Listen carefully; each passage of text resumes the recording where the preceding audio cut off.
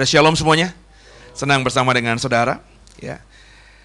Saya akan lanjutkan apa yang sudah saya sampaikan sepanjang bulan November dan Desember awal ini, saudara.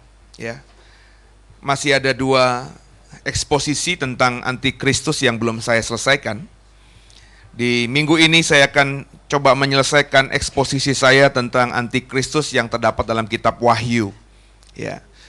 Mungkin nanti di Januari awal, saudara, setelah kita bertahun baru, saya akan coba mengajak kita belajar antikristus dari nubuatan kitab Daniel. Ya. Sekarang kita buka terlebih dahulu Wahyu pasal 13. Kita sudah mengekspos pasal 13 ini beberapa waktu yang lalu, tapi ada satu topik yang belum kita bahas. Kita akan membaca ayat 1-nya, saudara. Wahyu 13 ayat yang pertama. Sama-sama kita baca ya, Wahyu 13 ayat yang pertama. 3, 1, ya. Lalu aku melihat seekor binatang keluar dari dalam laut, bertanduk 10 dan berkepala 7. Di atas tanduk-tanduknya terdapat 10 mahkota, dan pada kepalanya tertulis nama-nama hujat, saudara. Haleluya. Saya pernah membagikan ini 2 tahun lalu, persis kalau tidak salah ya, 2 tahun lalu di akhir 2014 di Fiducia ya. Dan apa yang saya mau sampaikan di sini hanya penajaman dari apa yang sudah saya sampaikan 2 tahun yang lalu, saudara, karena tafsir saya tentang ayat ini masih belum berubah ya. Saya sangat meyakini apa yang saya tafsirkan 2 tahun lalu itu masih sesuai dengan apa yang Tuhan taruhkan di hati saya di 2016 ini. Perhatikan baik-baik di ayat yang pertama tadi, ya. Lalu aku melihat seekor binatang keluar dari dalam laut, bertanduk 10, berkepala 7. Kalau Bapak Ibu mendalami tentang eksposisi akhir zaman khususnya tentang antikristus, ya. Ini kalimat bertanduk 10, berkepala 7 ini menjadi problematika, saudara, ya. Bertanduk 10, berkepala 7. Ini yang menyebabkan banyak tafsir tentang siapa sebenarnya antikristus itu. Saya baca lagi. Bertanduk 10, berkepala 7. Di atas tanduk-tanduknya terdapat 10 mahkota, dan pada kepalanya tertulis nama-nama hujat.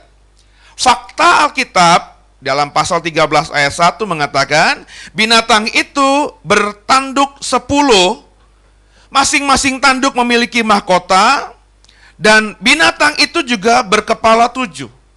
Jadi si pemazmur si Wahyu ingin mengatakan, saudara, ya, bahwa ini bukan binatang biasa, bukan ordinary binatang gitu, saudara ya. Ini bukan binatang yang bisa kita temui di sepanjang tempat atau dimanapun kita berada, karena faktanya sampai detik ini tidak ada binatang dimanapun di muka bumi ini yang punya kepala 7 dan bertanduk 10, dan 10 tanduknya itu memiliki mahkota. Jadi jelas ini adalah bahasa simbolik, saudara. Karena tidak bisa ditafsirkan secara harafiah, ya. Maka kalau kitab Wahyu tidak bisa ditafsirkan harafiah, pakai logika kita nggak masuk gitu ya. Berarti yang dikatakan Pak Wahyu di sini adalah bahasa simbolik. Nah, untuk bisa mengerti ini, saudara, guidance-nya apa? Saya selalu mengatakan kepada Bapak Ibu, kalau kita menafsirkan Alkitab itu ukurannya langsung Alkitab, harus Alkitab, nggak bisa yang lainnya. Ibu bapak jago berteologi ya, kayak apapun ya, punya penafsiran macam-macam, silakan aja. Tapi saya pastikan kalau penafsiranmu tidak kembali ke Alkitab, maka penafsiran itu hanya sekedar tinggal penafsiran. Orang-orang mungkin terpuaskan dengan tafsiran kita. Mungkin kita akan dikagumi orang karena tafsiran kita, tapi Tuhan akan dilukai. Ya, coba ya. Binatang berkepala 7, bertanduk 10, dan di atas masing-masing tanduknya ada mahkota. Itu bicara tentang apa? Ini yang mau kita tanya, ini yang mau kita gali. Biarlah firman menjelaskan firman. Sola scriptura, itu harus menjadi pedoman kita. Ya. Pasal 13 ayat 1, beri tanda. Yohanes menjelaskannya di beberapa pasal setelah pasal 13 ini, saudara. Kita buka. Pasal 17 ayat 7. Jadi kalau kita mau menafsirkan Wahyu 13, saya bilang harus lihat konteksnya. Ya, konteks dekatnya ya baca dong kitab Wahyu secara keseluruhan. Dan ternyata binatang bertanduk 10 berkepala 7 dan di tanduknya ada mahkota itu dijelaskan oleh Yohanes sendiri di Wahyu 17 ayat yang ke-7. Sama-sama kita baca. 3, 1, ya. Lalu kata malaikat itu kepadaku, mengapa engkau heran? Aku akan mengatakan kepadamu rahasia perempuan itu dan rahasia binatang yang memikulnya. Binatang yang berkepala 7 dan bertanduk 10 itu. Jadi kalau kita lihat konteksnya di pasal 17, si Yohanes dapat penglihatan lagi tentang perempuan, saudara, ya. Ya, dikatakan situ perempuan yang sedang memikul binatang yang berkepala 7 dan bertanduk 10 itu. Binatang 7 bertanduk 10 sebelumnya sudah muncul di pasal 13 yang kita baca tadi. Nah, di dalam pasal 17 ayat 7 ini, malaikat Tuhan menjelaskan kepada Yohanes, siapa sebenarnya binatang yang berkepala 7 dan bertanduk 10 itu. Yuk, sama-sama kita baca ayat berikutnya. Ayat yang ke-8. Coba kita perhatikan. Ayat ke-8-nya. 3, 1 ya. Adapun binatang yang telah kau lihat itu telah ada, namun tidak ada. Ia akan muncul dari jurang maut dan ia akan menuju kepada kebinasaan. Dan mereka yang diam di bumi, yaitu mereka yang tidak tertulis di dalam kitab kehidupan sejak dunia dijadikan, akan heran apabila mereka melihat bahwa binatang itu telah ada, namun tidak ada, dan akan muncul lagi. Ini menarik nih, kalimatnya ini, permainan katanya sangat dalam sekali, saudara. Ya, Yohanes nulis, Bapak Ibu harus paham dulu ya. Yohanes ketika nulis ini, dia sedang dalam penghukuman di Pulau Patmos. Dia dapat pewahyuan itu di Pulau Patmos. Dia sedang dibuang oleh Kekaisaran Romawi. Dia sedang dibenci oleh orang-orang Yahudi. Terus di situ di Pulau Patmos dia dapat hikmat dari Tuhan, dapat pewahyuan tentang akhir zaman. Yang kalau kita baca Wahyu pasal pertama, pasal kedua, pasal ketiga, wahyu ini ditujukan Tuhan sebenarnya kepada 7 gereja mula-mula. Benar ya? Ya, ada 7 gereja. Jadi yang saya harus sampaikan kepada saudara, si Yohanes ini sebenarnya dapat perintah Tuhan tentang akhir zaman, dapat vision, dapat penglihatan tentang akhir zaman, kemudian oleh Tuhan, wahyu itu, penglihatan itu harus dideliver, harus disampaikan kepada siapa? Kepada 7 gereja yang ada saat itu. Nah, 7 gereja berarti si Yohanes harus mengirim surat kepada 7 gereja yang kita tahu itu gereja-gereja yang berada di kota-kota besar yang notabene dikuasai oleh Kekaisaran Romawi dan oleh orang-orang Yahudi. Sehingga pesan Yohanes ini, saudara, itu banyak menggunakan bahasa-bahasa simbolik.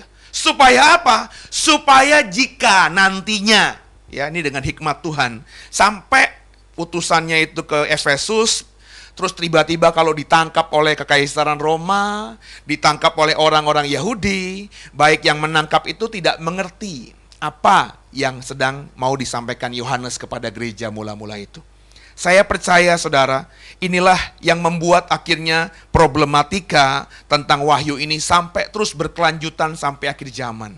Ya, ada banyak bahasa-bahasa simbolik dalam kitab Wahyu yang akhirnya ditafsirkan oleh orang-orang, oleh teolog-teolog, oleh gereja-gereja sepanjang masa, sehingga sampai detik ini kalau Bapak Ibu pergi ke toko buku, beli tentang tafsir kitab Wahyu, maka tafsir kitab Wahyu dari buku yang satu dengan buku yang lain, dari penulis yang satu dengan penulis yang lain, dari terbitan yang satu dengan terbitan yang lain, bahkan sama-sama satu terbitan. Itu bisa berbeda-beda. Ya, ini menarik sekali saudara. Ya, kuncinya apa sebenarnya? Sebenarnya kuncinya biarlah ayat firman menjelaskan ayat firman. Oke? Coba kita expose. Adapun binatang yang telah kau lihat itu telah ada, namun tidak ada. Apa pengertiannya? Binatang itu telah ada, namun tidak ada. Coba, ini kan permainan kata. Si Yohanes sedang dapat wahyu, terus dia nuliskan kepada jemaat 7 gereja itu. Binatang antikristus itu, ya, kalau kita ganti binatang itu, antikristus itu telah ada, namun tidak ada. Koma, antikristus akan muncul dari jurang maut. Itu yang sudah saya jelaskan di khotbah-khotbah sebelumnya, bahwa antikristus itu adalah inkarnasi siapa? Kuasa jahat. Inilah poinnya Bapak Ibu. Ya. Antikristus telah ada namun tidak ada. Coba kita buka. Mungkin Bapak Ibu lupa. Siapa sebenarnya musuh kita itu? Efesus 6 ayat 12, tolong dibaca. Efesus 6 ayat 17. Ini juga ayat yang harus Bapak Ibu pahami sungguh ya. Dalam menghadapi problematika hidup apapun, menghadapi tantangan apapun, menghadapi musuh sekuat apapun, Bapak Ibu harus pegang ayat ini. Ini firman Tuhan. Efesus 6 ayat 12, silakan dibaca.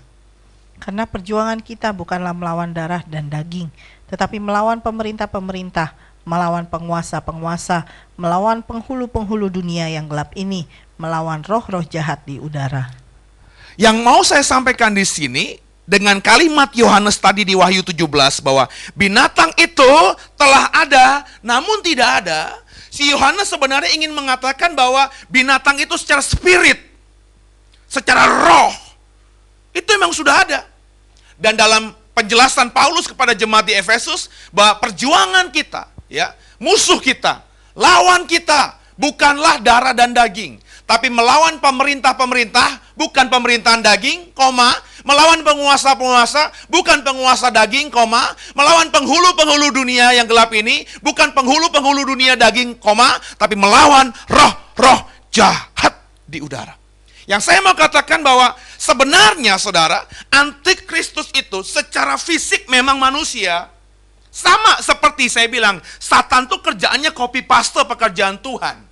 Yesus ketika dia ada di dunia ini, ketika berinkarnasi menjadi manusia, memang wujudnya manusia. Dia merasakan lapar, lalu laparlah Yesus. Lalu sedihlah Yesus. Lalu menangislah Yesus. Yesus itu punya perasaan seperti kita. Tapi kita harus bedakan Yesus yang daging itu dengan kita manusia yang daging ini. Kenapa? Karena Yesus, spiritnya, rohnya tidak seperti kita. Dia adalah roh Allah yang menjadi manusia. Nah, Bapak Ibu, sama antikristus juga begitu nanti. Dia ada inkarnasi dari Satan Lucifer. Saya sangat percaya itu. Secara daging dia sama dengan kita. Dia bisa sedih, dia bisa lapar, dia bisa kecewa, dia bisa senang, dia bisa marah. Tapi dalamnya, spiritnya, rohnya jelas beda dengan kita. Dia memiliki roh dari Satan sendiri. Itu makanya Yohanes bilang apa? Ia telah ada, namun tak ada. Kenapa? Karena Satan, roh jahat sudah ada. Tapi nggak ada. Kenapa nggak ada? Fisik inkarnasinya belum nyata, saudara. Itulah yang mau dikatakan oleh Yohanes. Kalimat di Yohanes, maafkan saya, di Wahyu 17 ayat 8 itu sangat tajam sekali. Ia akan muncul dari jurang maut. Ini menjelaskan bahwa antikristus itu mungkin nanti secara fisik sama seperti Yesus dilahirkan dari seorang perempuan. Yesus perawan, mungkin antikristus oleh perempuan biasa, dikandung 9 bulan normal layaknya manusia. Tapi antikristus, rohnya dia bisa hidup karena muncul dari jurang maut. Dan ia menuju kepada kebinasaan. Menarik di sini. Ia menuju kepada kebinasaan, ya. Hanya beberapa figur di Alkitab ini yang memang dikatakan lahir dan menuju kepada kebinasaan, ditentukan untuk binasa. Selain figur antikristus ini yang saya ketemu cuma Yudas Iskariot. Dalam surat Yohanes, Injil Yohanes dikatakan ia memang sebaiknya tidak dilahirkan. Jadi secara spirit, ya, roh yang mengikat Yohanes, yang mengikat Yudas Iskariot itu menyebabkan Yohanes Rasul mengatakan sebaiknya dia nggak usah dilahirkan, karena dia memang ditentukan untuk binasa. Nah, saudara, dan mereka yang diam di bumi, perhatikan ayat 8 di Yohanes, maafkan saya, di Wahyu 17 tadi, ya. Dan mereka yang diam di bumi, mereka yang tidak tertulis dalam kitab kehidupan sejak dunia dijadikan, akan heran apabila mereka melihat bahwa binatang itu telah ada, namun tidak ada dan akan muncul lagi. Kemunculan antikristus itu akan membuat dunia ini heran. Makanya nanti kalau Bapak Ibu termasuk orang, maafkan saya ya, baca baik-baik ayatnya. Bapak Ibu dan saya nanti menjadi orang yang heran akan kemunculan dia. Saya berani memastikan Bapak Ibu saya itu berarti memang orang-orang yang namanya tidak tertulis di dalam kitab kehidupan. Baca baik-baik. Saya ulangi lagi ya. Ini ayatnya stronger banget, kuat sekali. 3, 1 ya. Dan mereka yang diam di bumi, yaitu mereka yang tidak tertulis di dalam kitab kehidupan sejak dunia dijadikan, akan heran apabila mereka melihat bahwa binatang itu telah ada, namun tidak ada dan akan muncul lagi. Ini keras loh ayat ini loh. Antikristus pasti akan muncul Bapak Ibu. Tapi ketika nanti dia muncul, ibu, bapak, dan saya, salah satu dari orang-orang yang heran, kenapa dia bisa begitu ya? Kenapa dia ya? Dengerin saya ya. Ibu bapak kalau menyadari itu langsung bertobat sungguh. Siapa tahu Tuhan masih memberikan kasih karunia-Nya kepada kita. Kenapa? Ayatnya ngomong, kalau ibu bapak adalah salah satu orang-orang di dunia ini yang heran akan kemunculan antikristus. Yang heran kenapa ya orang itu jadi begini ya? Ibu bapak kata Alkitab, sejak dunia namanya belum tercatat dalam kitab kehidupan.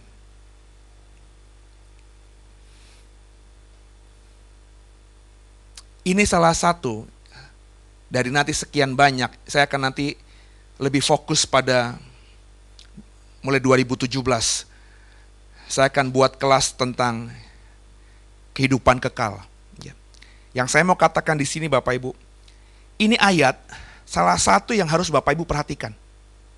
Saya ngomong ini sungguh-sungguh kepada semua di sini. Orang yang namanya tertulis dalam kitab kehidupan, itu gak akan heran dengan kemunculan antikristus nanti. Oke? Orang yang namanya sudah tertulis sejak sebelum dia diciptakan dalam kitab kehidupan adalah orang-orang yang dengan bijaksana akan bisa mengerti perubahan dunia yang nanti sebentar akan sangat cepat. Kalau ibu bapak adalah orang-orang yang nanti ketika kejadiannya menjadi orang-orang yang cepat khawatir, terus sepertinya merasa diri terkejut. Sorry aja, saya ngomong nih. Ibu bapak harus punya pemahaman, jangan-jangan saya namanya nggak ada dalam kitab kehidupan. Dan dengerin saya, kalau bapak ibu merasa begitu, segera bertobat, minta ampun sama Tuhan, dan segera memohon kepada Tuhan agar jangan tinggalkan kita. Oke, saya udah ngomong ya, saya udah ngomong nih, sebelum itu terjadi, ya, bapak ibu. Kalau Bapak Ibu namanya, sekali lagi saya ulangi, tidak tercatat dalam kitab kehidupan. Nanti tiba-tiba muncul pemerintahan yang kuat di dunia ini. Muncul figur yang luar biasa. Muncul figur yang menjadi Mesias bagi orang Yahudi. Ya, Bapak Ibu, hebat ya orang itu ya. Dari mana dia muncul ya? Kok bisa begini ya? Itu tanda, kalau itu ada di benakmu, itu tanda ibu bapak namanya tidak tercatat dalam kitab kehidupan. Oke? Oke? Dan kalau Bapak Ibu itu jangan langsung lewatin gitu, langsung bertobat minta ampun sama Tuhan. Semoga, ya, semoga kasih karunia Tuhan masih berlaku atas kita. Itu yang saya mau tekankan di ayat yang ke-8.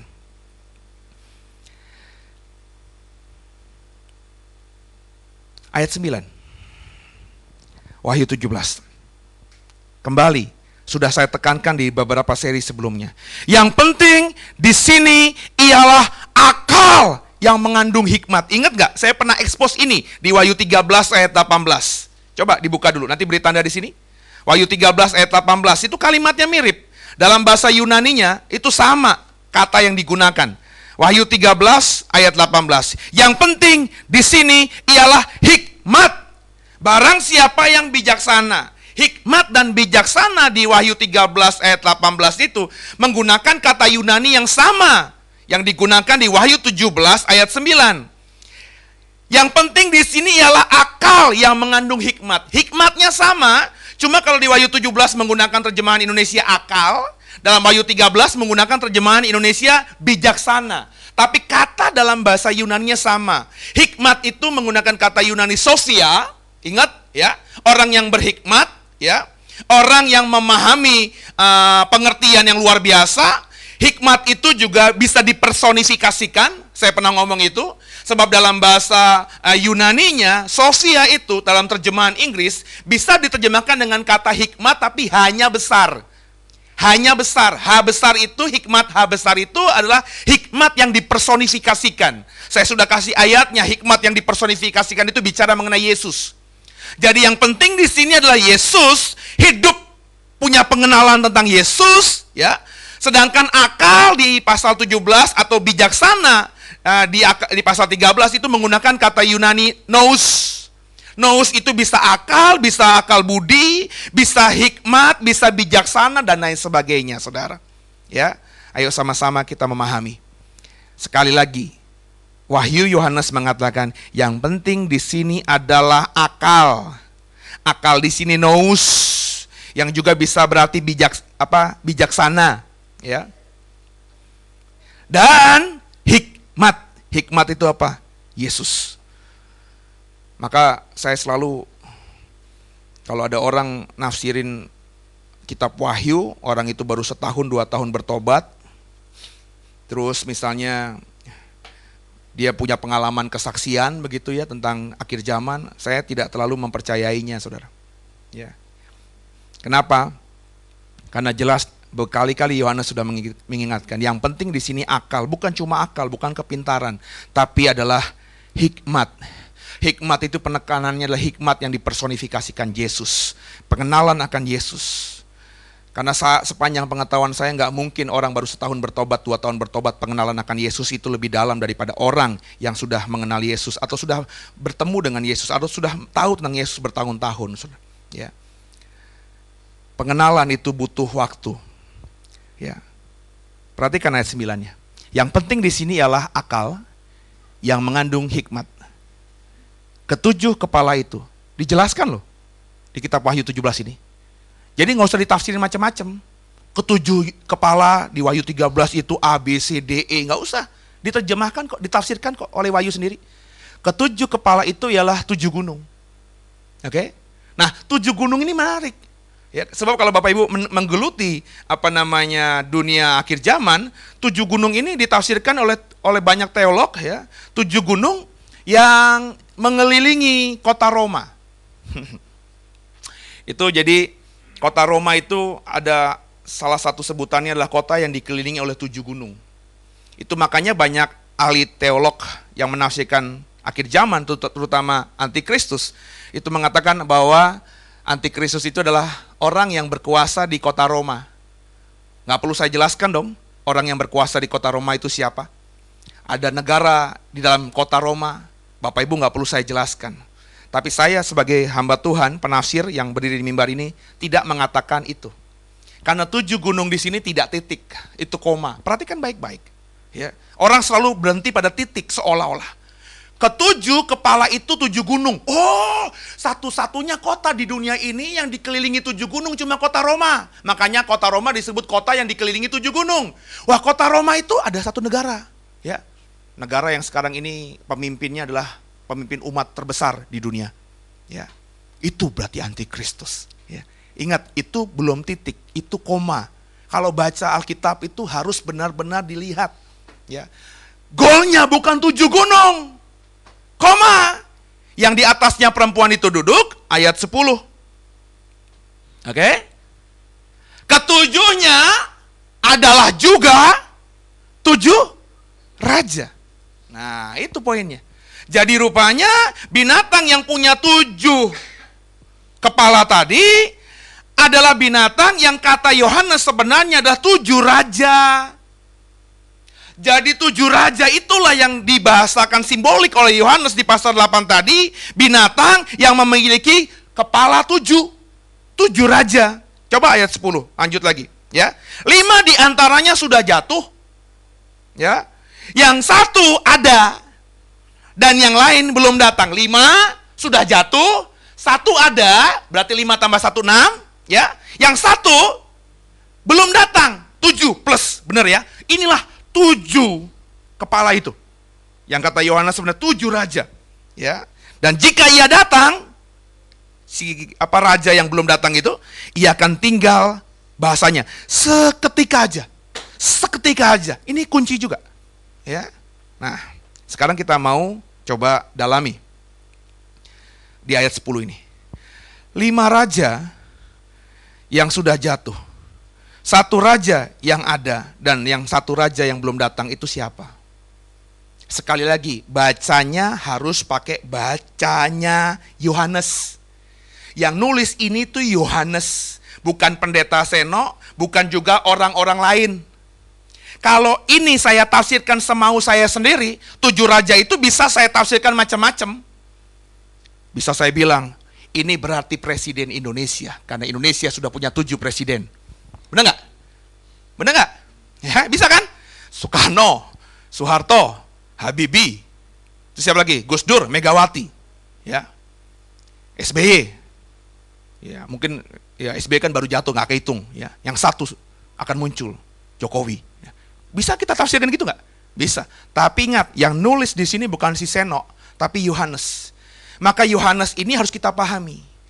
Jadi 5 raja yang sudah jatuh itu adalah 5 raja yang sudah jatuh di zamannya Yohanes. Yohanes itu siapa? Yohanes itu orang Israel. Jadi yang harus kita perhatikan ini, yang disebut 7 raja atau 7 kerajaan ini adalah 7 atau 7 kerajaan, 7 raja yang sangat mempengaruhi harkat hidup orang-orang Israel. Jadi kita nggak bisa ngomong 7 raja ini Raja Siliwangi. Kita nggak bisa ngomong 7 raja ini tuh Raja Hamengkubuwono. Nggak bisa, kenapa? Raja-raja yang saya sebutkan nggak berpengaruh sama sekali sama Israel. Kita juga nggak bisa bilang, oh ini Raja Ethiopia. Kenapa? Sepanjang sejarah nggak ada Raja Ethiopia, kerajaan Ethiopia bisa menghancurkan Israel. Yang saya mau katakan di sini, 5 raja, 1 raja yang ada, dan 1 raja yang akan datang itu adalah 7 raja yang kata Yohanes akan mempengaruhi Israel. Makanya saya bilang berkali-kali kalau ngomongin tentang akhir zaman, mata kita, baik jasmani maupun rohani, harus tertuju pada Israel. Sebab fokusnya, guidance-nya Tuhan, ya, untuk bisa mengerti akhir zaman, itu memang di Israel. Maka jangan abaikan sesuatu yang terjadi di Israel, saudara. Ya, Aceh boleh gempa, saya tidak bilang menafikan gempa di Aceh. Ya, Jakarta mungkin nanti boleh banjir lagi, tapi apapun yang terjadi di atas Aceh dan Jakarta itu bukan ukuran akhir zaman. Ya, sebab Alkitab saya tidak pernah ngomongin Aceh, tidak pernah ngomongin Jakarta. Ya, sama-sama kita dalami. 5 kerajaan yang sudah jatuh, dan 1 ada, dan 1 yang belum datang itu siapa? Mulainya dari yang ada. Benar ya? Ukurannya baru yang ada. Jadi di zaman Yohanes, 1 raja ada nih, 1 kerajaan ada. Sedang menghimpit Israel. Di zaman Yohanes, kerajaan yang menghimpit Israel siapa? Kerajaan apa? Romawi. Berarti 1 yang ada, yang lagi berkuasa itu adalah kerajaan atau raja Romawi. Oke? Berarti 5 yang sudah jatuh adalah 5 kerajaan sebelum Romawi berkuasa yang pengaruhnya sangat kuat terhadap Israel. Ya, kita mundur.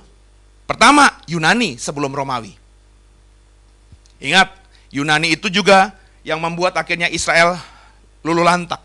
Ya, Alexander Agung sempat hampir mau masuk Yerusalem kalau kita belajar buku sejarah. Tapi tidak sampai. Kenapa? Karena semua imam besar termasuk imam-imam menghampiri Alexander Agung di luar kota Yerusalem. Dan mereka akhirnya menyerah, ya, mengangkat bendera putih, sehingga akhirnya Alexander Agung tidak sampai menjejakkan kaki di Yerusalem. Yunani, ya, adalah negara yang pernah berkuasa atas Israel. Sebelum Yunani, kalau Bapak Ibu tahu, yang rajanya Kores, siapa?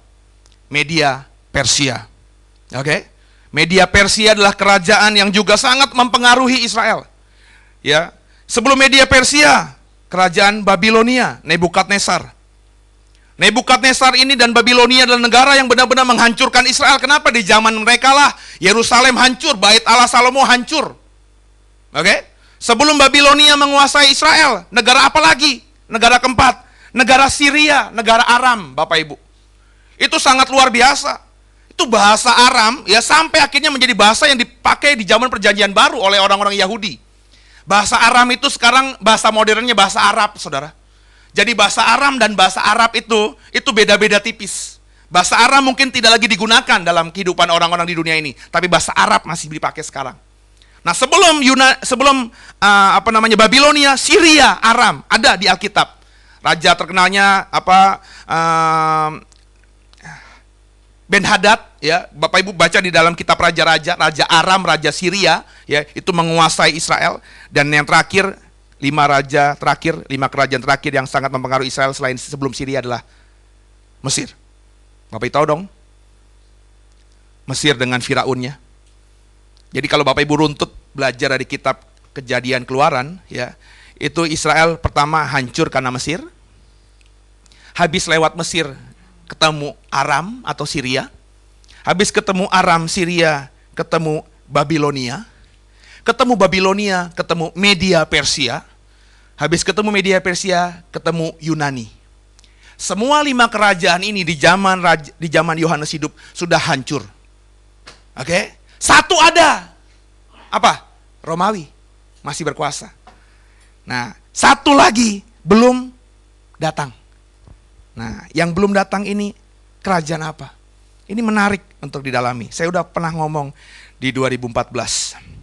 Coba kita dalami lagi. Ayat yang ke-11. Oke, ayat 10 dulu kita baca. Kita ulang baca 10. 3, ayat 10. 3, 1 ya. Ketujuhnya adalah 7 raja. 5 diantaranya sudah jatuh, kita sudah bahas itu. Yang 1 ada, kita sudah bahas juga. Dan yang lain belum datang, ini belum kita bahas. Dan jika ia datang, ia akan tinggal seketika aja. Seketika aja garis bawahi kalau Bapak Ibu punya Alkitab. Oke? Ayat 11-nya. Dan binatang yang pernah ada, dan sekarang tidak ada itu, ia sendiri adalah raja ke-8. Dan namun demikian, 1 dari ke-7 itu. Dan ia menuju kepada kebinasaan. Jadi rupanya kata Yohanes ngomongin binatang yang telah ada namun tak ada, yang akan muncul dari jurang maut, binatang yang tampaknya punya 7 kepala, 10 tanduk itu bukanlah salah satu sebenarnya dari 7 raja itu. Sebab kata Yohanes dia sebenarnya adalah raja ke-8. Tapi meskipun dia raja ke-8, dia 1 di antara 7 raja itu. Nah, ini permainan kata yang menarik juga, saudara. Ya, permainan kata yang menarik. Siapakah raja ke-7 dulu sebelum kita ngomongin raja ke-8? Nah, raja ke-8 tentu adalah kerajaan atau raja setelah Romawi, benar ya? Yang sangat berdampak pada Israel atau Yahudi. Problemnya, saudara, setelah Romawi habis dalam sejarah dunia ini, Israel sudah lebih dulu hilang dari peredaran di muka bumi. Itu menariknya. Ya. Jadi kalau kita lihat sejarah Israel, Yohanes ketika nulis kitab Wahyu ini adalah kitab yang ditulis paling akhir. Diperkirakan ditulis paling awal adalah akhir dari abad pertama, yakni sekitar tahun 95. Banyak penafsir mengatakan ditulis di awal abad kedua, berarti sekitar tahun 101, 102, 103. Di antara waktu itulah kitab Wahyu ini ditulis oleh Yohanes. Oke. Problemnya dalam sejarah Israel, di tahun 132 Masehi, berarti kurang lebih 30 tahun setelah kitab Wahyu ini ditulis oleh Yohanes, itu terjadi perang besar di Israel yang disebut dengan perang Bar Kokhba. Kalau Bapak Ibu suka sejarah, itu menarik. Jadi si Bar Kokhba ini memimpin pertempuran melawan Romawi. Pemberontakan Bar Kokhba ini terkenal pemberontakan yang paling besar yang dilakukan oleh orang-orang Yahudi kepada kekaisaran Romawi. Tapi pemberontakannya ini tidak terlalu lama. Akhirnya habis, kalah Bar Kokhba dan semua pemberontakannya ini. Ya, ketika dikalahkan oleh Romawi, saudara, Romawi mengambil keputusan seluruh orang-orang Yahudi yang diperkirakan akan punya kekuatan di masa depan untuk melawan mereka, itu diusir dari semua tanah perjanjian. Bukan cuma Yerusalem, tapi diusir dari seluruh Israel. Itu yang disebut dengan diaspora pertama, di mana orang-orang yang punya darah Abraham, Ishak dan Yakub terusir dari tanah yang Tuhan janjikan kepada mereka. Gara-gara kegagalan pemberontakan Bar Kokhba.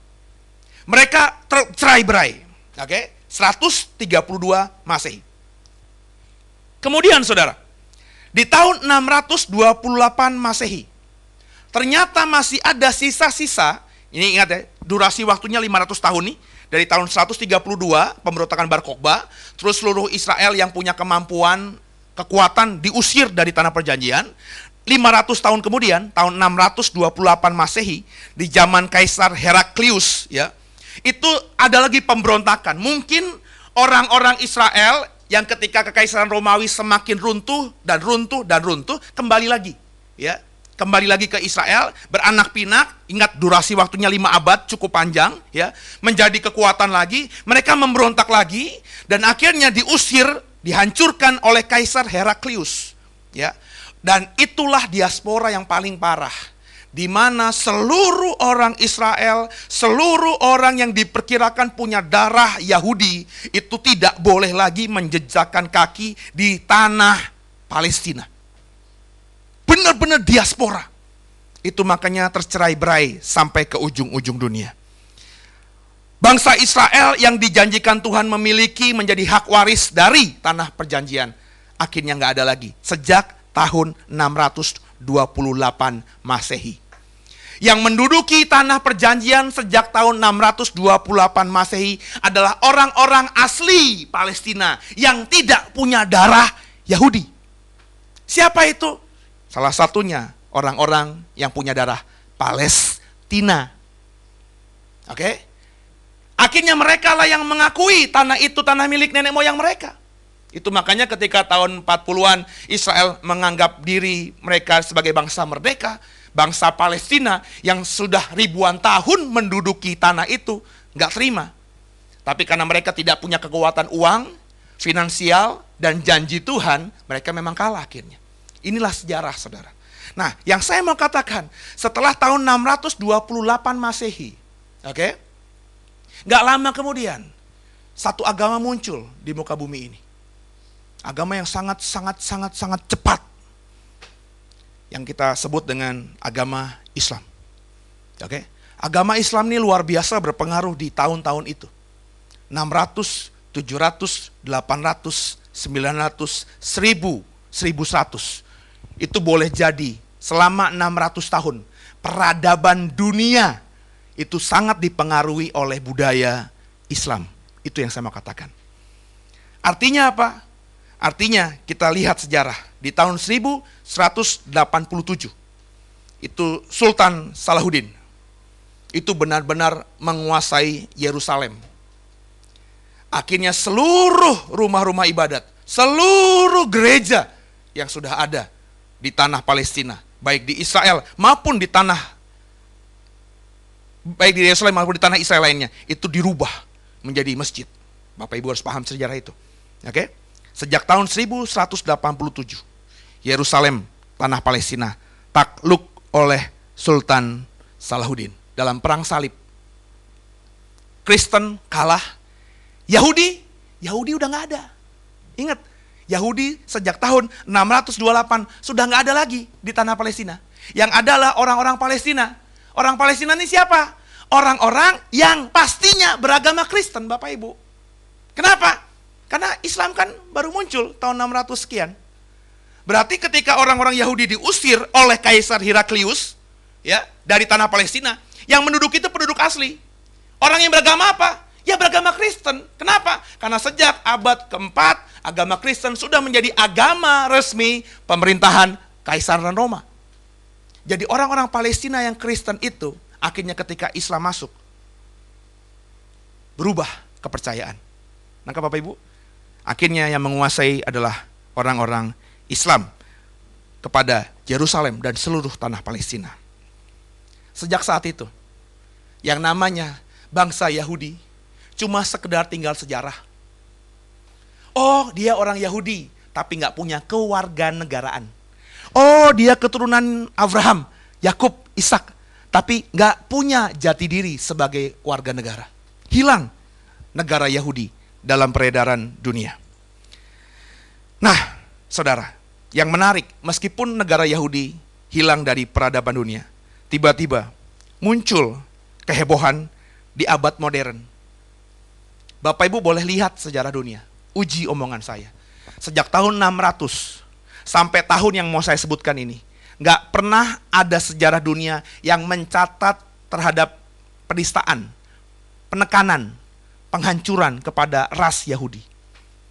Penghancuran kepada ras Yahudi baru muncul di abad-abad modern, yakni tepatnya di sekitar tahun 1940-an. Oke? Siapa itu? Kalau Bapak Ibu ingat peristiwa Holocaust, ya, dari bahasa Yunani, bahasa Latin. Holo itu seluruh, Kostos itu terbakar, seluruhnya terbakar. Apa yang terbakar? Seluruh apa yang terbakar? Yahudi. Kenapa? Di tahun-tahun 40-an itu, sejarah sampai saat ini belum dibatalkan. 6,3 juta penduduk yang punya darah Yahudi dibunuh oleh pemimpin Nazi yang namanya Adolf Hitler. Kalau kita lihat sejarah dunia, saya sangat percaya, saya sudah ngomong 2014, sekarang saya ngomong di 2016 lagi. Raja ketujuh yang di zaman Yohanes dapat wahyu ini belum muncul. Belum muncul. Itu adalah Hitler dengan Nazinya. Perhatikan lagi, coba lihat. Untuk membuktikan omongan saya ini, ayat 10, Wahyu 17. Wahyu 10, Wahyu 17 ayat 10. 3, 1 ya. Ketujuhnya adalah juga 7 raja. 5 diantaranya sudah jatuh, kita sudah pelajari tadi. Siapa saja? Mesir, terus Syria atau Aram, Babilonia, Media Persia, Yunani, oke. 1 ada apa? Romawi, dan 1 yang lain belum datang. Siapa? Yang saya bilang tadi. Ya, sejarah dunia di antara itu yang sangat berpengaruh terhadap Yahudi cuma peristiwa pembantaian orang-orang yang punya darah Yahudi di tahun 40-an oleh Nazi Hitler. Ya, yang lain belum datang, ini si Nazi Hitler. Dan jika ia datang, perhatikan kalimatnya. Jika ia datang, ia akan tinggal seketika aja. Boleh di cross check bagaimana Nazi memerintah, bagaimana Hitler menjadi kanselir Jerman. Durasi waktu pemerintahan Hitler dibandingkan dengan 6 kerajaan lainnya, itu nggak ada apa-apanya. Dibanding Mesir, dibanding Syria, dibanding Babilonia, dibanding Media Persia, bahkan dibandingkan dengan Yunani. Bapak Ibu harus paham dong, Alexander Agung itu raja Yunani terbesar yang mati muda, kurang lebih 34 tahun meninggal dia. Tapi meskipun begitu, durasi pemerintahan Alexander Agung sekalipun, ya, sama pemerintahannya si Adolf Hitler nggak ada apa-apanya, cuma seketika aja. Terlebih kalau Alexander Agungnya dihitung dengan 4 jenderalnya yang kemudian menjadi pengganti dia. Tentu pemerintahan Nazi tidak ada apa-apanya, hanya sebentar saja tergenapi ayat 10.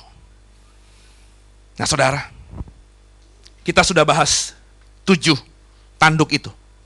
Tapi binatang itu bukan 7 tanduk itu. Bukan 7 raja itu. Benar ya? Kita ngomong tadi apa? Binatang itu adalah raja ke-8. Tapi ia adalah satu dari 7 raja atau kerajaan yang pernah muncul itu. Ini kalimatnya diterjemahkan gimana jadi? Saya berani berkata bahwa raja ke-8 si antikristus ini bukan, ya, nggak ada hubungannya sama sekali dengan 7 kerajaan, 7 raja yang pernah menghancurkan Israel. Tapi Alkitab yang ngomong, bukan saya. Dia salah satu dari 7 itu. Saya tafsirkan pakai bahasa saya. Meskipun si antikristus nanti yang muncul sebentar lagi nggak ada hubungannya dengan 7 kerajaan yang sebelumnya pernah menghancurkan Israel.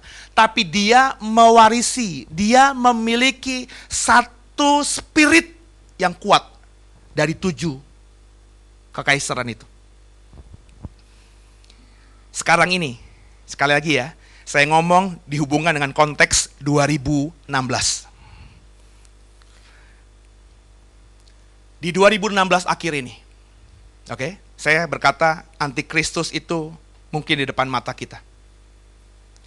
Negara mana yang sekarang ini punya pemimpin pemerintahan atau calon pemimpin pemerintahan yang punya spirit sama seperti 7 raja atau 7 kerajaan yang pernah menghancurkan Israel? Kita agak miss kalau kita ngomongin Mesir, Syria, Babilonia, Media Persia, Yunani, Romawi. Kenapa? Di 6 kerajaan ini muncul banyak raja. Benar ya? Kita fokusnya bingung, mau ngomongin raja yang mana? Ngomongin Firaun aja. Firaun itu bukan cuma satu loh Bapak Ibu, banyak sekali Firaun. Ya, kita bisa ngomong Firaun yang paling kejam, tentu Firaun yang memerintah yang bukan memiliki hubungan dengan Musa, tapi yang memerintah selanjutnya. Ketika Yakub datang ke Israel, ke Mesir kan Firaunnya baik tuh. Buktinya Yakub diangkat menjadi tangan kanannya, benar ya? Ya. Yusuf jadi tangan kanannya gitu kan. Bukan ngomongin Firaun itu, tapi Firaun di mana yang lahir setelah zaman itu. Setelah zaman Musa diangkat anak oleh putri Firaun, ya. Itu yang baru kejam, benar kan Saudara ya? Jadi kita ngomongin Firaun yang mana? Itu masih problematika. Tapi dari rangkaian 7 raja tadi, 7 kerajaan tadi, yang paling bisa jelas tentu kita dalam ingatan kita, karena pasti tertulis dalam buku sejarah, adalah tafsiran saya, yakni 7 raja, raja ke-7, kerajaan ke-7. Siapa tadi? Tafsiran saya, ya. Jarang yang ngomong ini. Tafsiran saya Nazi dan Hitler. Bapak Ibu tahu, Nazi dan Hitler ketika memerintah terhadap Israel, apa yang paling spirit kuatnya? Membenci ras Jews, benar ya? Kebencian terhadap Sarah.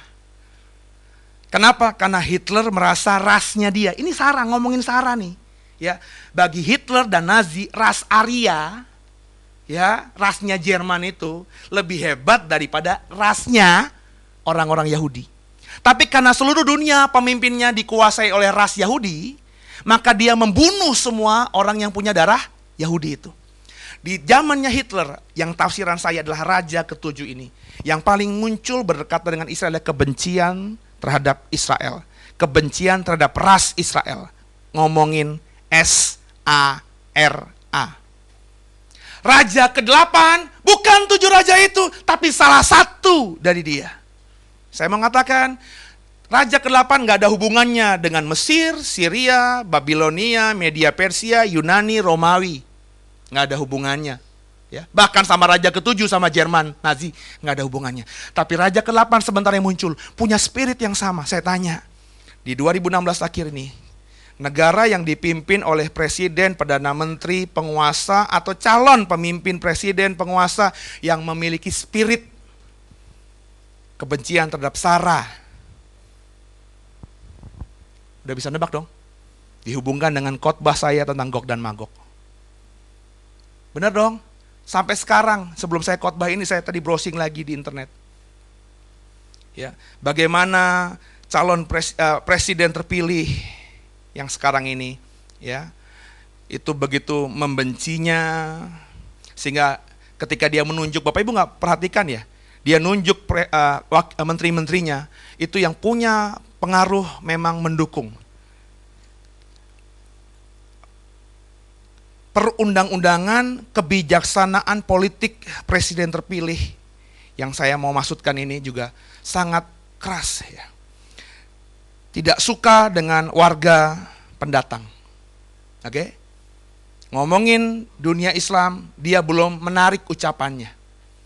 Ya. Dan terlebih kebijaksanaan dia yang saya baca belum lama ini. Muncul di headline, di running text di kantor berita, saya lupa, Metro TV atau apa. Kita lagi nonton itu ya. Donald Trump akan memastikan memindahkan kedutaan besar Amerika ke Yerusalem. Dan itu kayak saya cross check di CNN, di BBC, di Al Jazeera, semuanya mengkonfirm hal itu. Kebijaksanaan itu kalau dilakukan, tentu efeknya luar biasa. Bapak Ibu, yang saya mau katakan, orang yang namanya tertulis dalam kitab kehidupan adalah orang yang gak terkejut dengan hal-hal itu. Bapak Ibu, saya tidak sedang bernubuat ini. Sekali lagi saya ngomong, saya cuma memamarkan fakta Alkitab dan konteks 2016. Tolong diuji saja. Coba satu ayat lagi. Sebelum kita selesaikan ini. Ayat yang ke-12. Kita baru ngomongin 7 kepala. Belum ngomongin 10 tanduk. Ini nanti tergenapi dulu, baru benar yang saya tuju orangnya itu adalah antikristus. Dan 10 tanduk ayat 12, 31 ya. Dan 10 tanduk yang telah kau lihat itu ialah 10 raja yang belum mulai memerintah. Tapi 1 jam lamanya mereka akan menerima kuasa sebagai raja bersama-sama dengan binatang itu. Mereka seia sekata, kekuatan, kekuasaan mereka berikan kepada binatang itu. Ini yang harus terbukti. Kalau tafsiran saya tentang dugaan saya siapakah antikristus itu benar, tergenapi dalam beberapa waktu ke depan, oke? Ini juga harus tergenapi. Saya bilang kan, dalam khotbah Gog dan Magog, ini baru tanda pertama. Ada beberapa tanda yang akan saya sampaikan di kemudian hari. Ini tanda kedua. Tanda kedua ini harus tergenapi. Apa? Yakni ada kesepakatan di antara 10 raja yang belum mulai memerintah. Tapi mereka nanti akan seia sekata. Bahasanya jangan diputus-putus. Banyak orang bilang 10 raja yang belum memerintah. Oh, berarti raja ini belum ada, negara ini belum ada. Enggak begitu kalimatnya. Ini koma. Ya, kalimatnya koma, tapi 1 jam lamanya mereka akan menerima kuasa, mereka akan seia sekata. Yang saya mau tafsirkan dari ayat 12 dan ayat 13 apa? Raja dan kerajaannya sudah ada. Tapi mereka belum secara resmi berkolaborasi. Bapak Ibu harus ingat Wahyu 13 ayat 16, 17, 18. Antikristus itu tanda 666 sudah saya jelaskan kemarin. Ngomongin apa? Ngomongin apa Pak? Mamon, uang. Makanya di ayat Wahyu 13 ayat yang ke-17, kalau tidak pakai tanda itu, tidak akan bisa bertransaksi ekonomi. Pikiran mereka dikuasai mamon, tangan mereka bekerja hanya untuk mamon. Berarti 10 kerajaan ini, ya, saya tafsirkan adalah 10 pemerintahan yang paling kuat secara ekonomi di dunia ini. Kalau kita melihat tandanya sudah ada, Pak. Paling tidak saya mencatat ada yang disebut dengan Government Age, GH. GH ini adalah 8 negara maju secara politik dan ekonomi. Amerika salah satu di dalamnya, dan juga negara-negara yang secara politik dan ekonomi paling besar di dunia. Namun yang menarik, sudah ada G10, Government 10, kerjasama 10 negara-negara. Negara-negara yang berkuasa di lembaga yang namanya IMF. Jadi kalau IMF mau bikin kebijaksanaan, misalnya terhadap Indonesia, mau berapa uang yang dikucurkan buat Indonesia, ini harus dapat stempel dari 10 negara ini. Saya tidak tahu, Pak, apakah G8 atau G10 yang nanti akan mensupport antikristus ini. Tapi yang pastinya nanti akan secara resmi setelah antikristus muncul. Muncul dulu nih antikristus. Antikristus muncul, kalau dugaan kita itu benar dia, ya, dia memindahkan Yerusalem, dia memindahkan ibu kota dari Tel Aviv menuju Yerusalem, terus dia mengizinkan Israel membangun bait Allahnya, itu tanda pertama. Yang kedua, setelah itu, kalau benar dia, ya, maka nggak lama ada 10 kekuatan ekonomi, mamon, ingat ya, tanda antikristus itu mamon, ya, akan mensupport dia. Nah, 10 negara ekonomi ini kita tidak tahu apakah G8 sekarang atau G10 sekarang atau nanti muncul koalisi 10 negara yang memang sangat berpengaruh secara ekonomi. Kalau itu terjadi, maka Bapak Ibu jangan lagi jadi orang yang terkaget-kaget. Saya sudah katakan di sini, Bapak Ibu boleh uji sendiri. Habis ini saya stop dulu, nanti akan saya lanjutkan di Januari soal tafsir antikristus dari kitab Nabi Daniel. Semoga jadi berkat. Haleluya. Tundukkan kepala.